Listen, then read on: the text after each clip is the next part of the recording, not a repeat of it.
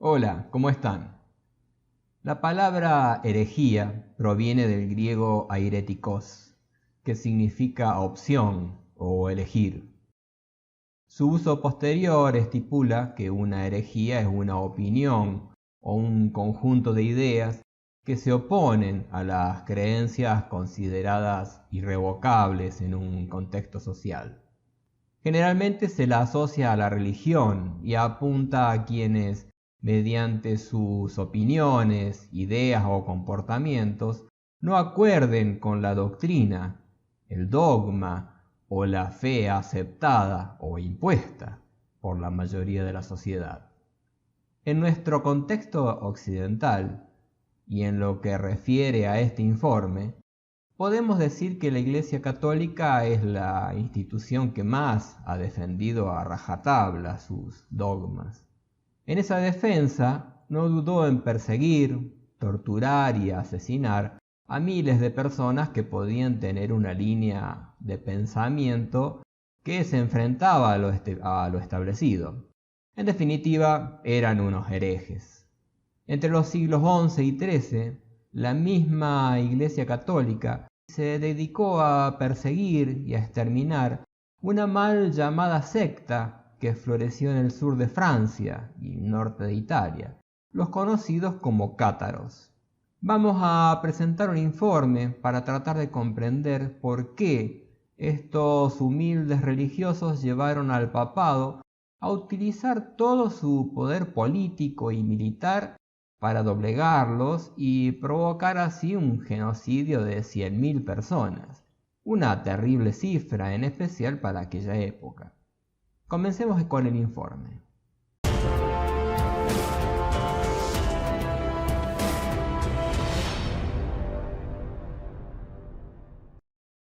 En el siglo III de nuestra era, en Babilonia, nació una religión que, a pesar de persecuciones de todo género, vivió 10 siglos y conoció una prodigiosa expansión que llevó desde las orillas del mar de China a las del Atlántico. El maniqueísmo, del nombre de su fundador, Mani. Mani fue educado bajo la religión de Zoroastro, un personaje que se supone que vivió en el siglo VII a.C. y dentro de una secta que se abstenía de comer carne, de las mujeres y del vino. Vestían siempre de blanco y se hacían llamar los puros. En griego se los conoció como cátaroi. Mani tomó prestada partes de las doctrinas de Buda, de Zoroastro y del propio Jesús, y las unió para llegar a los humildes. El maniqueísmo creía que Dios es bueno por definición y que el resto del mundo material era la creación del mal, y toda la existencia se debía a una lucha permanente entre los opuestos, entre el bien y el mal, entre el espíritu y la materia. Proclamaba que la salvación no residía en una fe ciega, sino en una gnosis, un conocimiento de orden intelectual.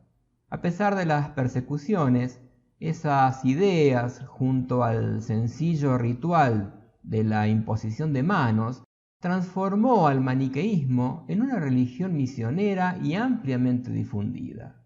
Se desarrolló entre la India y Persia, convirtiendo a reyes y emperadores, hasta que un par de guerras perdidas hicieron que un emperador acusara a Mani por el desastre y lo encarcelaron. Murió en el año 276.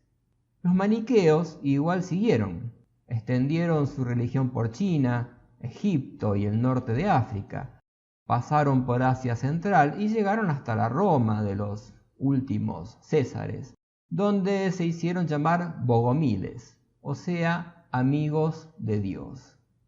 Una religión que predicaba que el mundo de los hombres era radicalmente malo, no tardó en ser perseguida por papas y reyes de todos los imperios, y fue, digamos, milagroso que haya sobrevivido tanto tiempo antes de sucumbir. Sin embargo, entre los siglos XI y XIII, reapareció con tal fuerza en el sur de Francia, bajo el nombre de cátaros, que la Iglesia necesitó 150 años de guerras y represión despiadada para extirpar una fe que estaba rompiendo sus estructuras peligrosamente.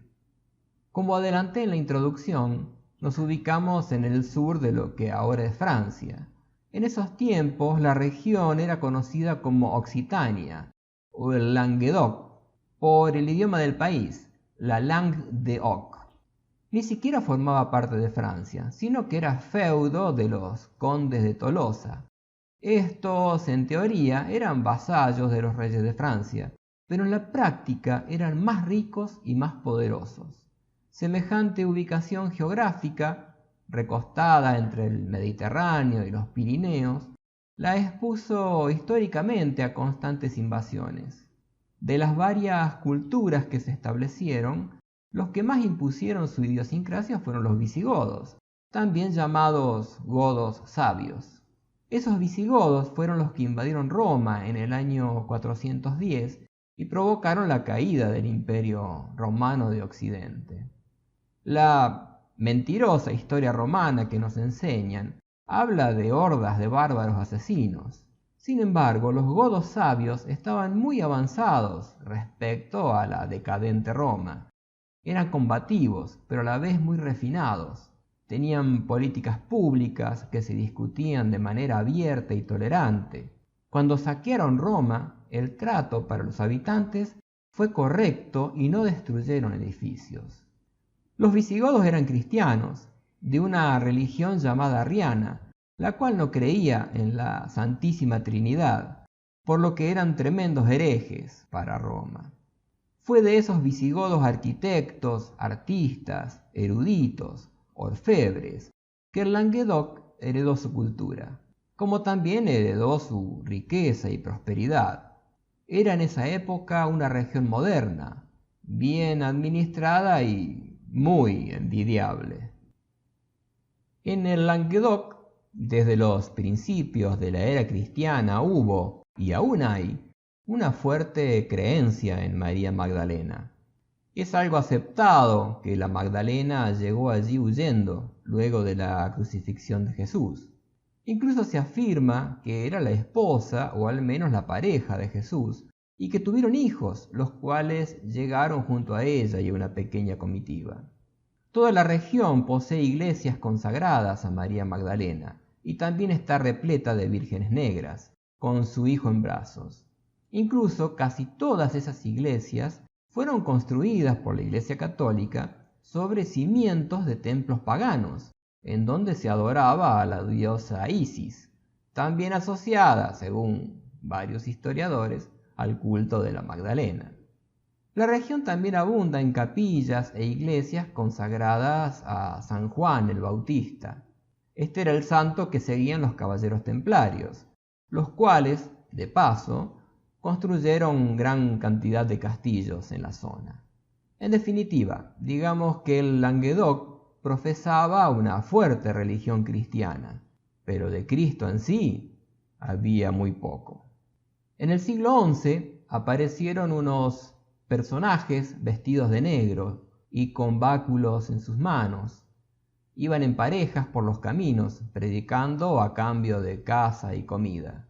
Cuando existía la posibilidad de ayudar a un labrador o algún tejedor, ponían sus manos a la obra.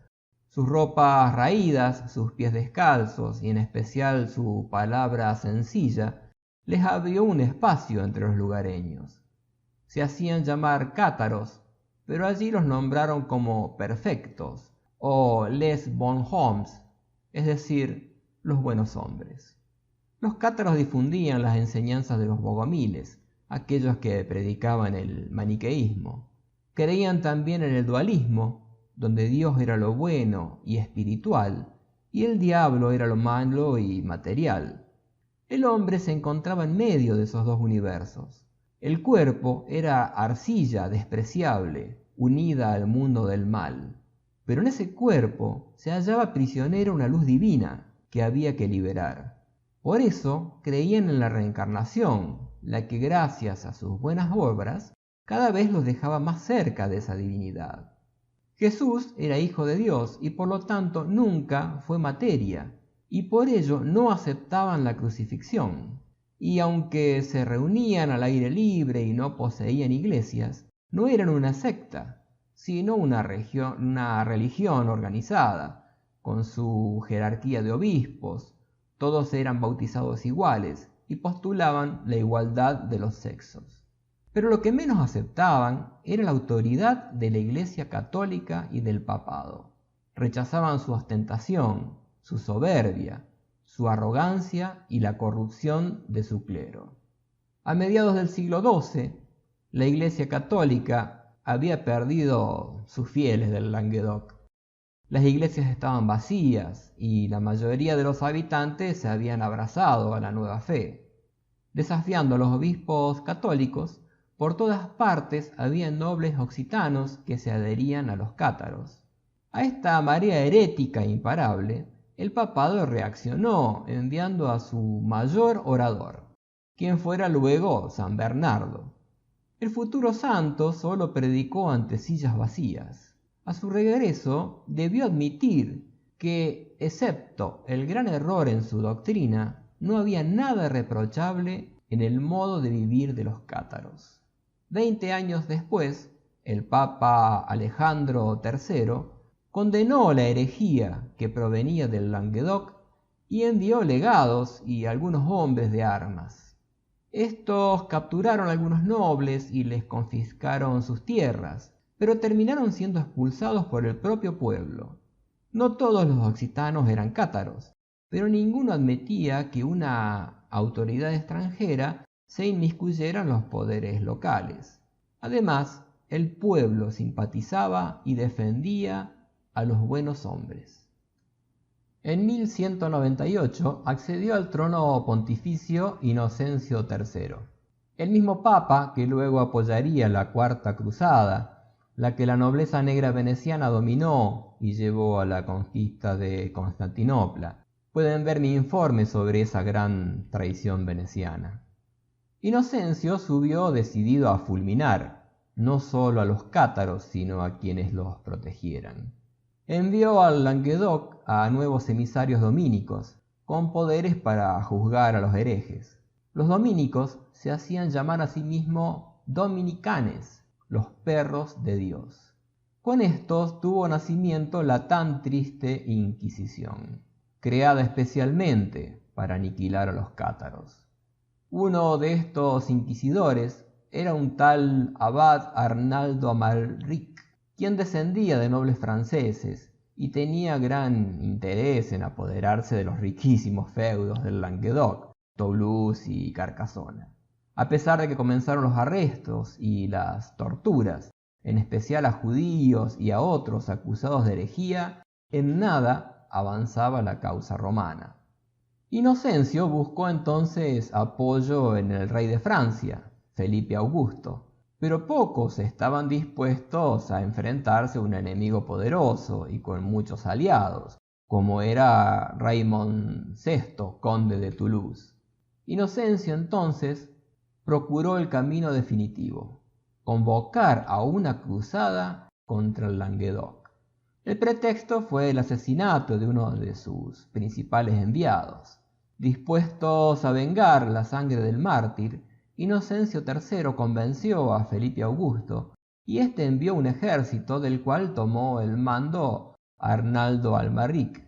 Así nació la Cruzada Albigense, tomando su nombre de la ciudad de Albi.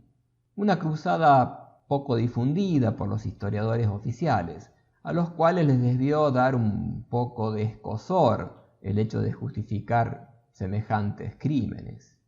Raymond VI, observando una guerra inevitable en sus tierras, intentó negociar y hasta se puso en manos de la Inquisición.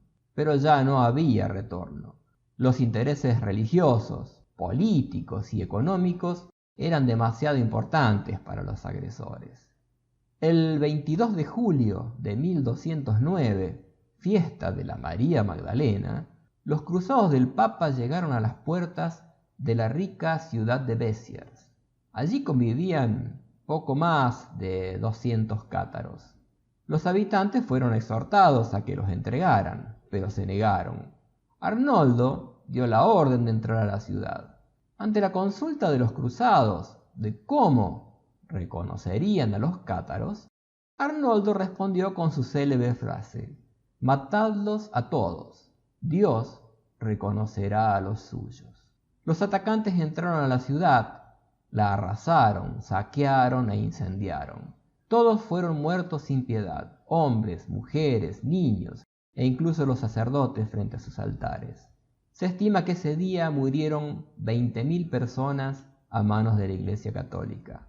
Amalric escribió a Inocencio III: «Los nuestros, sin perdonar rango, sexo ni edad, han pasado por las armas a 20.000 personas.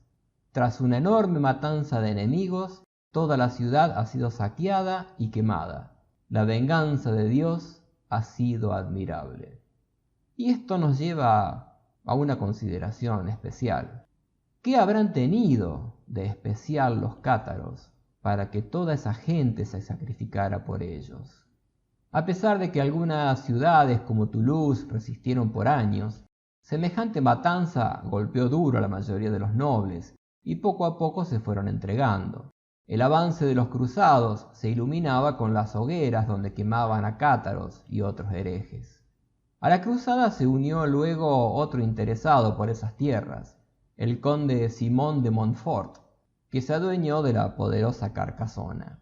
Más adelante, Montfort se enfrentaría a Arnaldo Amalric por el dominio de esos lugares, lo cual reveló que la cruzada era una mera excusa para apoderarse del riquísimo Languedoc. Con el paso de los años y de las guerras, los cátaros sobrevivientes se congregaron en el último bastión hasta ahora inexpugnable, el castillo de Montsegur. El lugar era una pequeña fortaleza de apenas 700 metros cuadrados, ubicada en la cima de un peñón que llegaba a los 1200 metros de altura. No hay fecha cierta ni motivo de su construcción.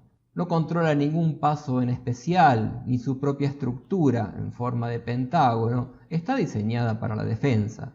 Pero la calidad y la precisión con que fueron ubicadas las piedras a semejante altura es llamativa. Los estudios más actuales fueron muy reveladores. Montsegur posee puntos específicos que permiten observar la salida del sol, no solo en los 4 cambios de las estaciones del año, sino también en el cambio de cada signo zodiacal. Junto a esto se hallaron salas capillas con altares y accesos a subterráneos, que también se usaban en rituales.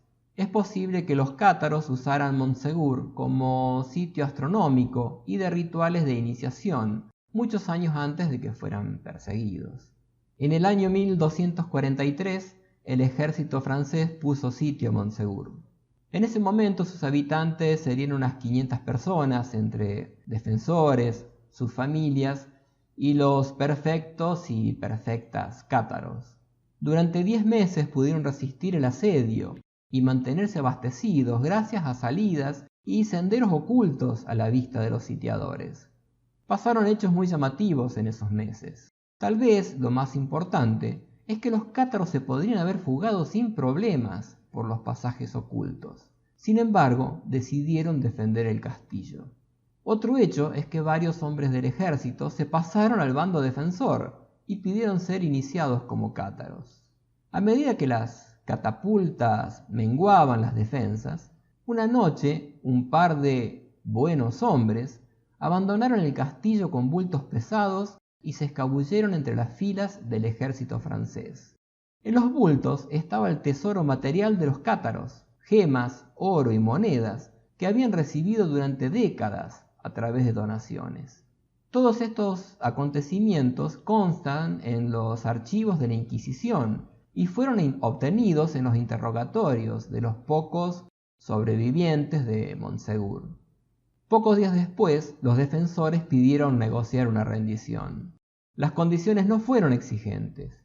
Les daban 15 días para entregar la plaza, los defensores con sus familias serían apenas castigados, y los perfectos y perfectas debían abjurar de sus creencias y entregarse a la fe católica.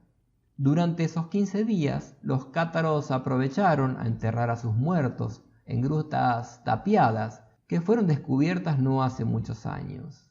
La noche del 16 de marzo de 1244, varios soldados y familiares, quienes podrían haber salido libremente del castillo, pidieron ser iniciados en el catarismo. Luego, 215 personas, entre perfectos y simples creyentes que no aceptaron abjurar, descendieron y se entregaron a la hoguera que los esperaba. Iban tomados de la mano y cantando himnos. Mientras las llamas se elevaban, ocurrió el hecho que dio lugar por generaciones a la leyenda del tesoro de los cátaros, la cual se mezcla con la búsqueda del Santo Grial y con infinidad de misterios que incluyeron hasta los nazis. 4 perfectos que habían permanecido ocultos se descolgaron por cuerdas desde lo alto del peñasco llevando una manta atada. ¿Qué rescataron de allí? Nadie pudo saberlo nunca. Sin duda que no era de valor material, puesto que a sus riquezas ya las habían sacado. Se especula que pudieron ser archivos o libros sagrados, tal vez una reliquia. En todo caso, algo tan precioso o secreto que no debía caer en manos de los sitiadores. Incluso hay historiadores que aseguran que el tesoro eran ellos mismos, personas muy importantes, quizás del linaje del mismo Jesús. Luego de Montsegur, durante décadas quedaron algunos cátaros predicando en cuevas y subterráneos, en las que se encontraron instrumentos de molienda, de granos y hornos. En el año 1321, Guillaume Belibast fue el último perfecto cátaro capturado y quemado en la hoguera. 150 años de persecución y tortura fueron necesarios para extinguir la religión cátara. El intento constante de la Iglesia Católica por echar tierra sobre aquellos años ocultó por siglos lo sucedido, por lo que no hace tanto tiempo que se iniciaron las publicaciones y los estudios de los pormenores de la famosa cruzada albigense. ¿Quiénes eran esos cátaros? ¿Cuál era su tesoro de leyenda? ¿Qué había en su fe para que 100.000 personas murieran por ellos? Hay quienes aseguran que esa noche, del castillo de Montsegur, se llevaron esto o aquello, pero no son más que suposiciones. Lo que fuera, un código sagrado, el tan perseguido Santo Grial, o ellos mismos como descendientes de Cristo, aún permanece oculto al común de la gente. Gracias por pasarte por mi canal. Puedes escribir un comentario sobre lo que opinas del video. Y no olvides suscribirte y darle me gusta para que ayude a seguir creciendo juntos. Hasta el próximo informe. Muchas gracias.